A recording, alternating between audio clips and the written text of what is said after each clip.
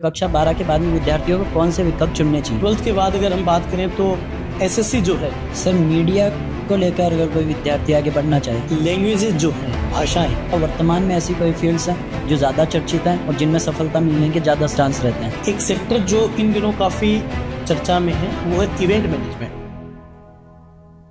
देखिए, वर्तमान में ट्रेवल और टूरिज्म जो है वो उभरता हुआ क्षेत्र है। हमारे देश की कुछ विशेषताओं पर हमें गर्व होता है कि मीडिया को हमारे सिस्टम का चौथा स्तंभ माना जाता है। ये एक रील सोशल मीडिया पे काफ़ी वायरल थी। कल सुप्रीम कोर्ट का एक निर्णय आया है कि जुडिशियल ऑफिसर्स की जो भर्ती है उसमें 3 साल की उनको एज ए लॉयर प्रैक्टिस जरूरी है। और विद्यार्थियों की टीन एज का चरम काल माना जाता है, उन्हें अपने व्यक्तित्व पर फोकस करना है। नमस्कार दोस्तों, कक्षा 12वीं पास करने के बाद में काफ़ी विद्यार्थियों के दिमाग में सवाल रहता है कि उन्हें आगे क्या करना चाहिए और क्या नहीं, या करियर में कौन सा विकल्प उनके लिए सही रहेगा। ऐसे ही कुछ सवालों का जवाब देने के लिए हमारे बीच मौजूद हैं एक शिक्षाविद और करियर काउंसलर देवेंद्र जोशी जी। इन्होंने आज तक हजारों विद्यार्थियों का मार्गदर्शन किया है। नमस्कार सर। नमस्कार। सबसे पहले तो मैं जानना चाहूँगा कि कक्षा 12 के बाद में विद्यार्थियों को कौन से विकल्प चुनने चाहिए? देखिए, सबसे पहले हम ट्रेडिशनल तरीकों की बात करें तो बेसिकली 3 स्ट्रीम हमारे शिक्षा प्रणाली के अंदर हैं। जिन बच्चों के परसेंटेज थोड़े से कम आते हैं वो आर्ट्स की तरफ जाते हैं, थोड़े ज़्यादा वाले कॉमर्स स्ट्रीम को चूज करते हैं, और जिन बच्चों के परसेंटेज सबसे ज़्यादा रहते हैं नियर अबाउट 80 से ऊपर, वो साइंस स्ट्रीम रहते हैं। तो ये एक परंपरागत प्रणाली है, और स्ट्रीम चयन के दौरान जो बच्चे हैं वो अपने साथियों का भी अनुसरण करते हैं। पेरेंट्स की रजामंदी भी एक फैक्टर है। इसके अलावा टीचर्स से गाइडेंस भी वो लेते हैं। तो ये अभी तक हमारे देश में एक ट्रेंड चल रहा है। क्या कक्षा 12वीं के बाद में विद्यार्थी सरकारी नौकरियों की परीक्षा दे सकते हैं? बिल्कुल।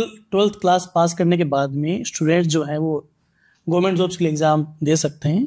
और आजकल एक बदलाव मैंने महसूस किया है कि 10th क्लास के साथ ही विद्यार्थी तैयारी करने लग जाता है।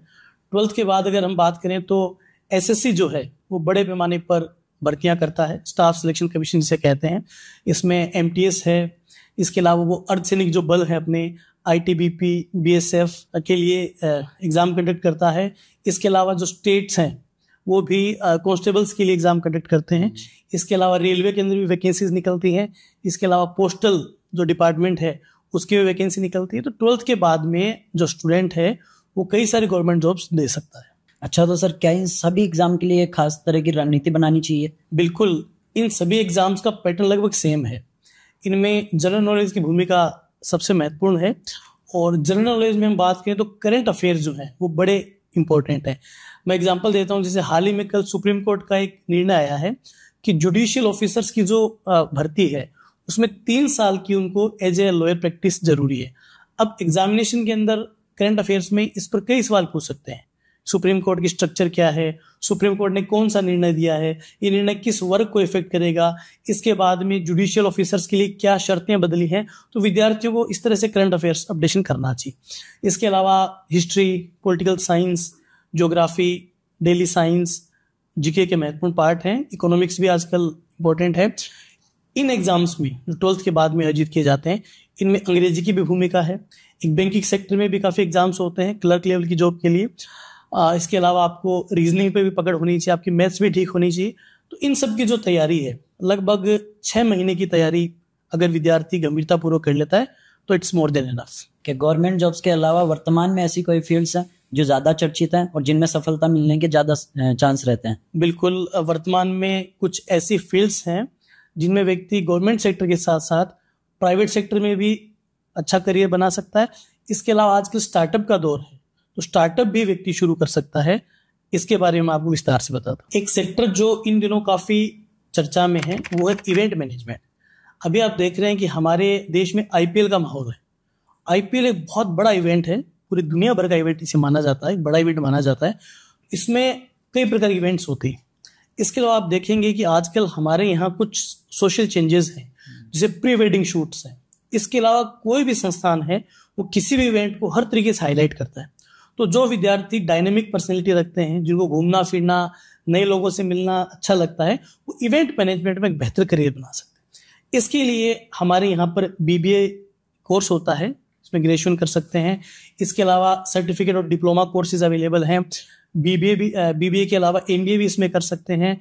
पर इसमें एक शर्त है, जितने भी कोर्सेज हैं उनके लिए 12th में मिनिमम 50% का क्राइटेरिया है।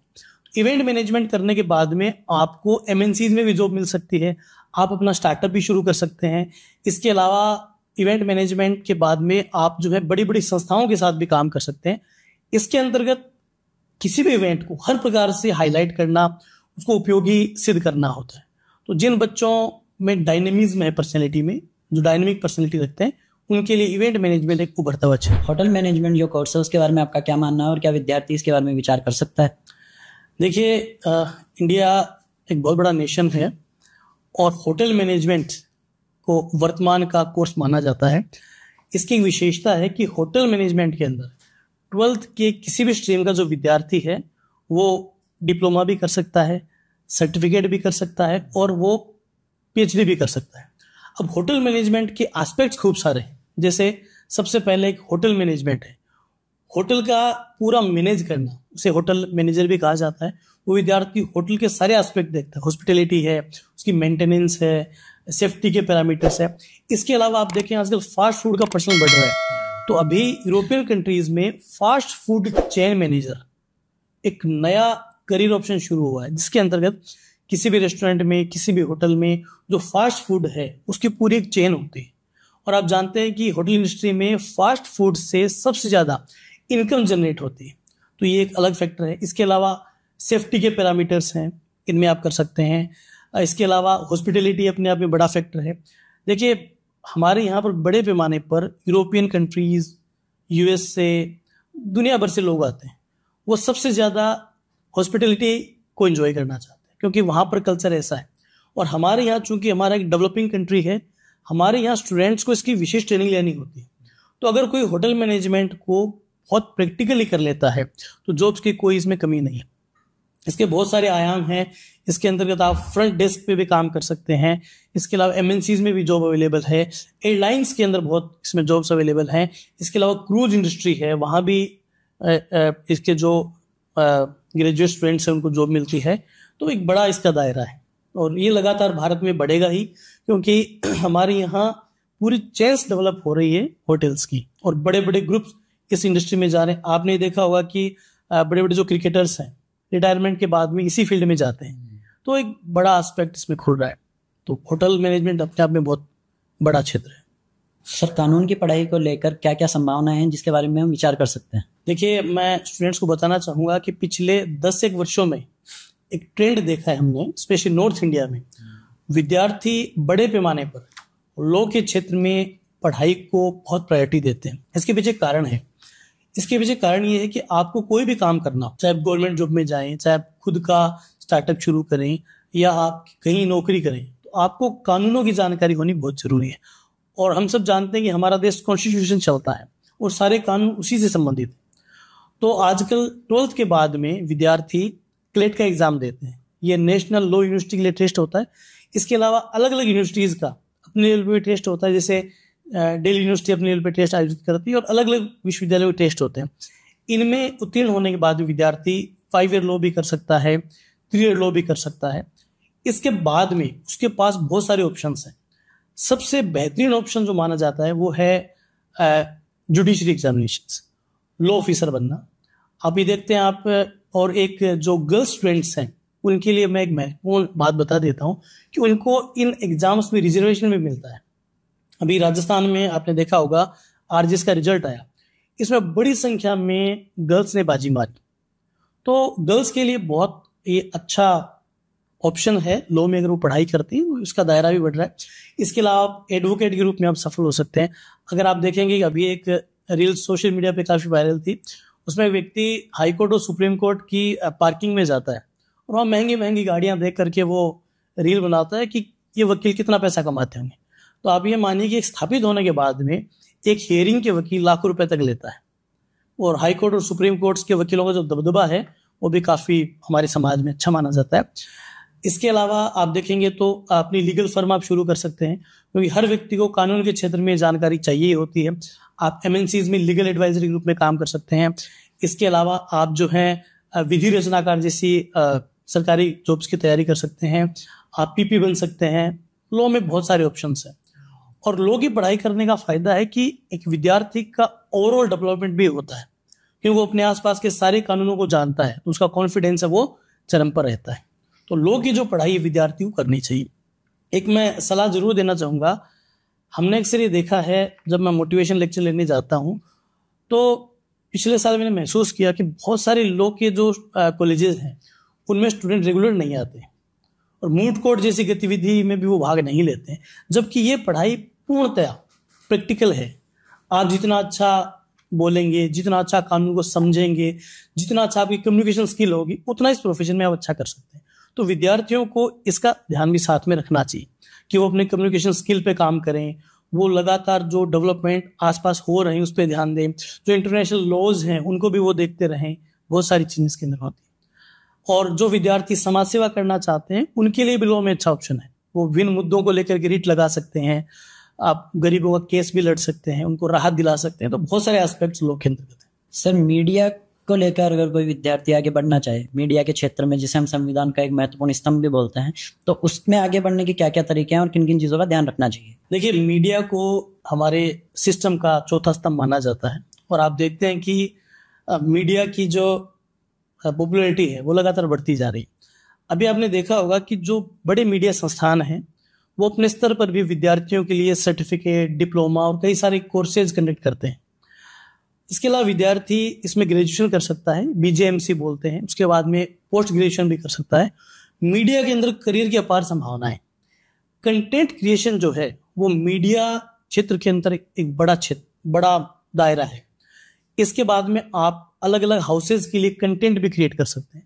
आप देखते हैं कि विज्ञापन जितने भी बनते हैं, चाहे वो न्यूज़पेपर के विज्ञापन हो, चाहे वो वेब के विज्ञापन हो, चाहे वो टीवी के विज्ञापन हो, चाहे वो फिल्मों के लिए कोई स्टोरी राइटिंग हो, वो सब कंटेंट पे डिपेंड करता है। तो कंटेंट क्रिएशन जो है वो मीडिया की पढ़ाई के साथ में व्यक्ति सीखता है। इसके अलावा आप जर्नलिज्म से जुड़ सकते हैं। प्रिंट मीडिया अपने आप में बड़ा दायरा है। इसके अलावा टीवी जर्नलिज्म का जो टीवी जर्नलिज्म है उसका स्कोप तो आप देख ही रहे हैं।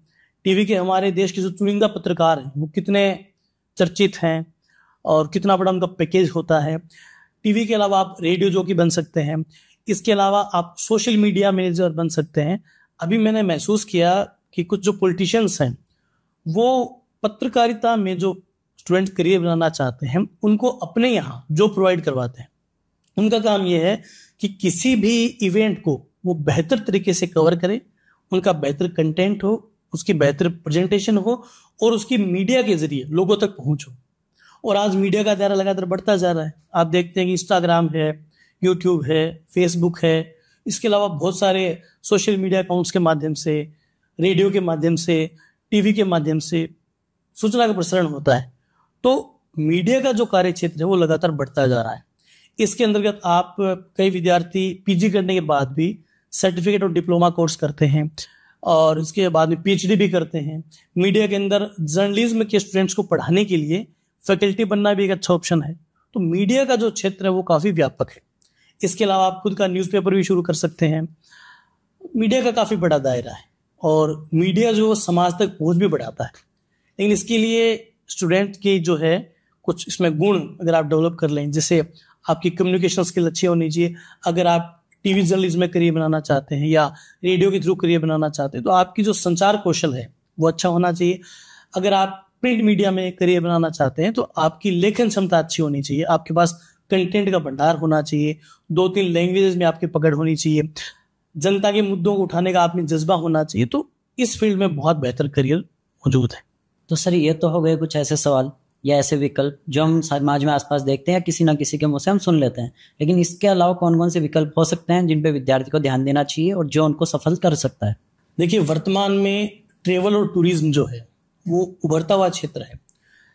हमारे देश की कुछ विशेषताओं पर हमें गर्व होता है, जैसे हमारी कल्चर बहुत पुरानी है, हमारे लैंडस्केप जो है वो दुनिया भर में अनूठे हैं। इसके अलावा पर्यटन स्थल हैं जिनमें हम बात करते हैं तो आपके जंगल सफारी जो है वो लोगों को बड़े पैमाने पर अट्रैक्ट करती है। इसके अलावा हमारे यहाँ पर काफ़ी फिल्म की शूटिंग होती है, उसके लिए भी एक पर्यटन अलग से डेवलप हो रहा है। इसके अलावा भी आप आईपीएल में देखते हैं बड़े पैमाने पर विदेशी सैलानी आते हैं। तो ये एक बड़ा दायरा है। इनके अंदर वो विद्यार्थी अच्छा करियर बना सकते हैं जिनको घूमने फिरने का शौक है, नए नए लोगों से मिलना पसंद है। इसके अंतर्गत आप जो है सर्टिफिकेट कोर्स भी कर सकते हैं, डिप्लोमा भी कर सकते हैं और हायर स्टडीज भी कर सकते हैं। दायरा इसलिए बड़ा है क्योंकि आज आप देखिए कि टूरिज्म जो है वो लगातार बढ़ रहा है। हमारे देश के लोग हमारे देश के अंदर और बाहर बड़े पैमाने पर घूमने के लिए जाते हैं। और सबसे बड़ी बात है, भारत में कोविड के बाद में बड़े पैमाने पर विदेशों से लोग भी लगातार बड़ी संख्या के साथ में टूरिज्म एंजॉय करने के लिए आते हैं। अब उनके साथ में हॉस्पिटलिटी का एक बड़ा क्षेत्र है, उनको आप एक गाइड टूरिस्ट कंपनी के रूप में आप सेवा दे सकते हैं। इसके अलावा आप जितनी भी ट्रेवल एजेंसीज हैं उनके साथ में जुड़ सकते हैं। एक कनेक्टिंग चेन के रूप में ये एक क्षेत्र बड़े पैमाने पर डेवलपमेंट कर रहा है, तो इसके अंतर्गत भी विद्यार्थी वो जो है वो बड़ा क्षेत्र बना सकते हैं। तो ट्रेवल और टूरिज्म एक ऐसा क्षेत्र जो लगातार बढ़ेगा है। इसके अंतर्गत कुछ एक सेगमेंट्स हैं, जैसे सबसे पहले आपको टूरिस्ट को अप्रोच करना होता है, आपको किसी भी स्थान की स्पेशलिटी को उभारना होता है। इसके बाद में उनको इस तरह का कंफर्ट जोन उपलब्ध करवाना होता है कि वे जब बाहर से आते हैं तो उनको यहाँ परेशानी ना हो। इससे आपकी जो कंपनी का व्यापार वो बढ़ेगा। तो ऐसे कुछ गुण हैं जो आपको डेवलप करने चाहिए। अगर 2-3 लैंग्वेजेस पे आपकी कमांड है तो बहुत अच्छा ही फैक्टर है। तो इस तरह ट्रेवल और टूरिज्म जो है वो भारत जैसे डेवलपिंग कंट्री के लिए बहुत अच्छा एस्पेक्ट बन रहा है। इसके अलावा लैंग्वेजेस जो हैं, भाषाएं, उनमें भी विद्यार्थी अच्छा करियर बना सकते हैं।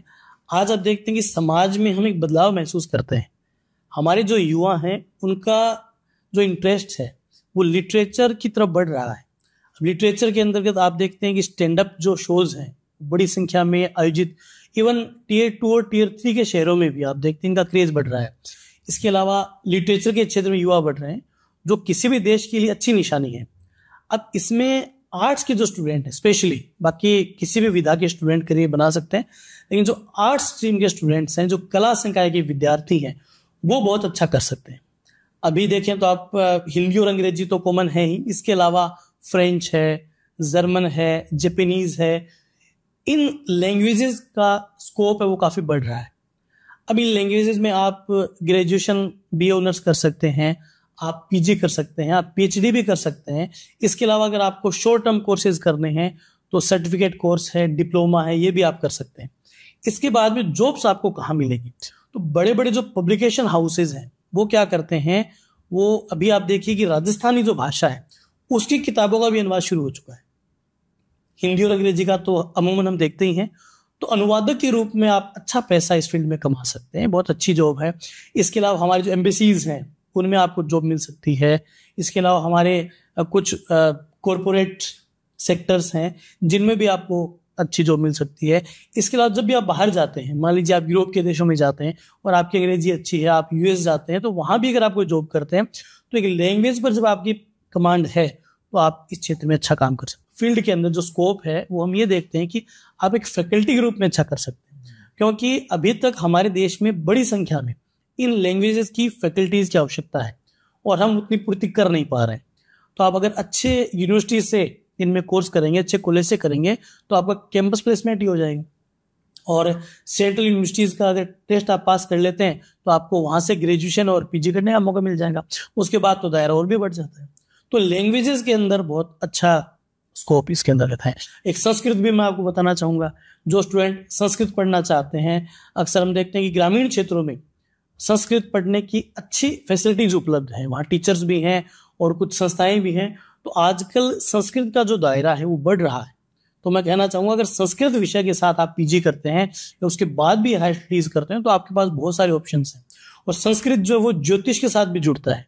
आजकल हम देखते हैं कि ज्योतिष जो है वो भी अपने आप में एक जाना माना व्यवसाय बन गया है। मेरे कुछ स्टूडेंट्स हैं जिन्होंने संस्कृत के बाद में ज्योतिष में डिप्लोमा किया, सर्टिफिकेट कोर्स किए, उसके बाद भी उन्होंने बहुत अच्छा काम अपने स्तर पर ही शुरू कर दिए। तो लैंग्वेजेस का दायरा भारत में लगातार बढ़ेगा ही, और इसमें कमांड अगर हो जाती है तो विद्यार्थियों के लिए बेहतर ऑप्शंस मौजूद है। और इनके अलावा सबसे उभरता हुआ जो क्षेत्र वर्तमान में वो डिजिटल मार्केटिंग है। तो आज आप देखिए कि हमारी पूरी जो दुनिया है रियल में ग्लोबल विलेज जो आज बनी है। आज आर्टिफिशियल इंटेलिजेंस का दौर है, आज ChatGPT का दौर है। आज हम कहीं किसी से भी कनेक्ट हो सकते हैं, किसी भी फॉर्म में कनेक्ट हो सकते हैं। तो डिजिटल मार्केटिंग जो है वो एक बड़ा दायरा बन चुका है। आजकल मार्केटिंग के नए नए तरीके उपलब्ध हैं। तो टीन एज के साथ में 12th के बाद में 12वीं क्लास पास करने के बाद में अगर विद्यार्थी डिजिटल मार्केटिंग की तरफ जाता है तो उसके पास अपार संभावनाएं, और अगर वो अपनी क्रिएटिविटी भी इसमें लगा देता है तो फिर तो सोने पर सुहागा हो जाएगा। तो ये जो फैक्ट है डिजिटल मार्केटिंग वाला, ये लगातार बढ़ता जा रहा है और आजकल लगभग पूरी दुनिया सोशल मीडिया पर है। आप देखते हैं लोग कंटेंट सर्च भी करते हैं, फिल्ट्रेशन भी है, और एक सबसे बड़ी बात है कि इंफॉर्मेशन ओवरलोड का दौर है। आज सूचनाओं की भरमार है, तो बेहतर सूचनाएं किसी कंज्यूमर तक अगर आप पहुंचाने में सफल हो पाते हैं, उसके मन माफिक आपने उसको विज्ञापन दिखा दिया, मन माफिक प्रोडक्ट तक पहुंचा दिया, मन माफिक आपने सेवा दे दी, तो मैं कहता हूं इससे बेहतर कोई ऑप्शन हो ही नहीं सकता है। और सबसे बड़ी बात यह है कि डिजिटल मार्केटिंग के जो कोर्सेज हैं वो 3 महीने से शुरू होकर के लगभग 2 वर्ष के होते हैं, तो आप कंफर्टेबली इनके साथ आप जुड़ सकते हैं और अपना एक बेहतर करियर बना सकते हैं। तो ये कुछ वर्तमान में चर्चित ऑप्शन है। इसके अलावा मैं कहना चाहूंगा कि 12th पास करने के बाद में, चूंकि विद्यार्थियों की टीन एज का चरम काल माना जाता है, उन्हें अपने व्यक्तित्व पर फोकस करना चाहिए। पर्सनैलिटी के सामान्य से एस्पेक्ट्स हैं कि जो आपने पढ़ा है, जो भी आप पढ़ाई कर रहे हैं, चाहे आप आर्ट्स के स्टूडेंट हो, चाहे आप कॉमर्स के स्टूडेंट हो, चाहे आप साइंस के स्टूडेंट हो, आपने जो पढ़ा है वो आप आसानी से एक्सप्लेन कर दें। किसी को आप लिख करके एक्सप्लेन कर दें, किसी को आप खड़े होकर बोल करके एक्सप्लेन कर दें, किसी को आप फोन पे समझा दें, तो ये आपकी पर्सनैलिटी के दायरे बनने चाहिए। इसके बाद में आपका जीवन सफल ही है, क्योंकि भारत जो है वो बहुत तेजी से एक नॉलेज वाली सोसाइटी में बदल रहा है। आगे जिसके पास नॉलेज होगा, जिसको अपने नॉलेज से एक्सप्लेनेशन आएगा, वो सफल होगा। उम्मीद करते हैं पॉडकास्ट आपके लिए उपयोगी रहा होगा। अगर आपका भी इसी प्रकार का कोई सवाल हो तो आप कमेंट बॉक्स में डाल सकते हैं। बहुत बहुत धन्यवाद देवेंद्र जोशी सर का।